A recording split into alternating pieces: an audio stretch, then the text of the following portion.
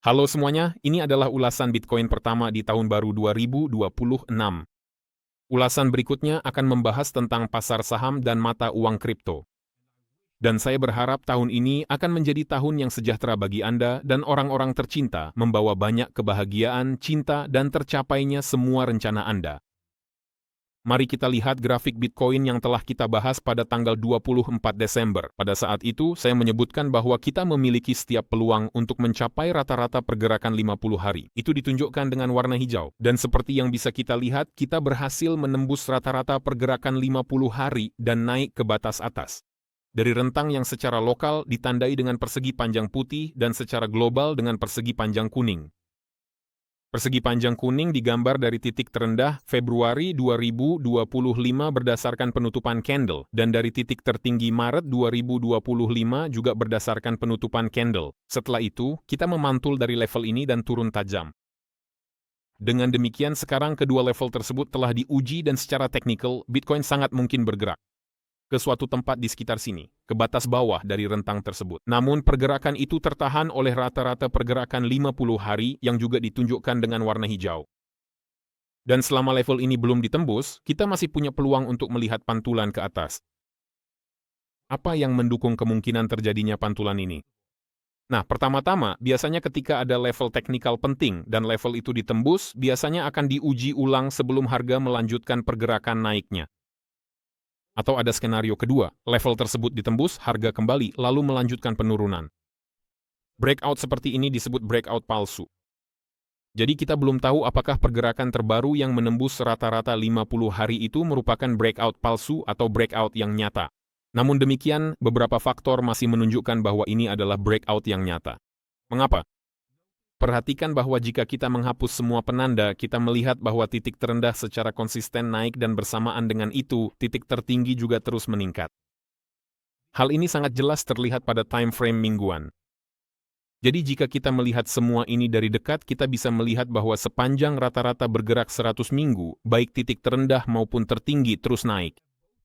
Dan kita memiliki baik prasyarat maupun alasan teknikal untuk bergerak ke area $101.500, di mana rata-rata bergerak 50 minggu berada.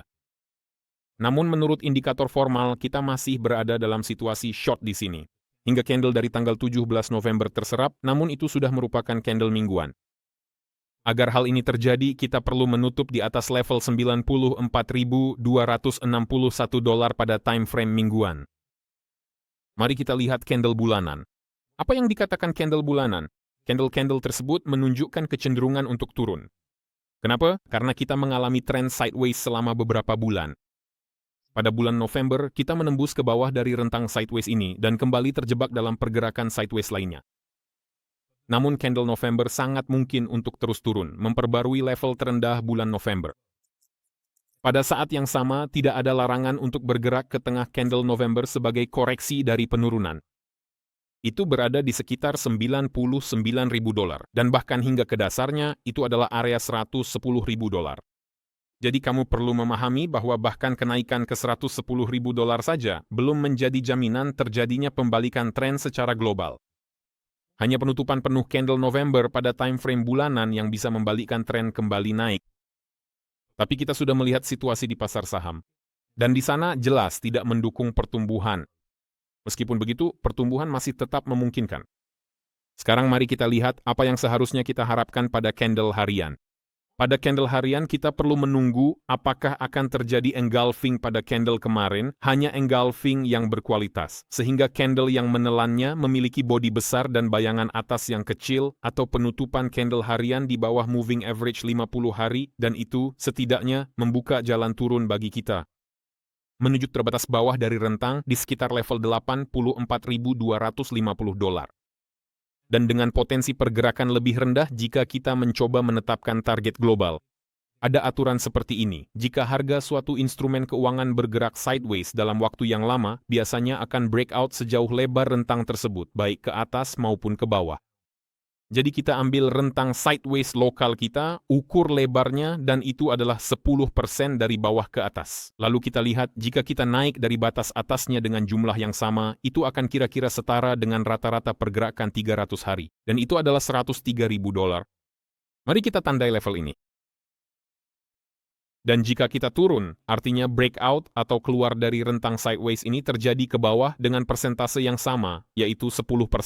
Sekarang angkanya 10,2, jadi sudah kita tandai. Jadi level target untuk penurunan akan berada di sekitar $77.000. Jadi breakout pada titik ini seharusnya membawa kita ke sana, kira-kira di sekitar sini.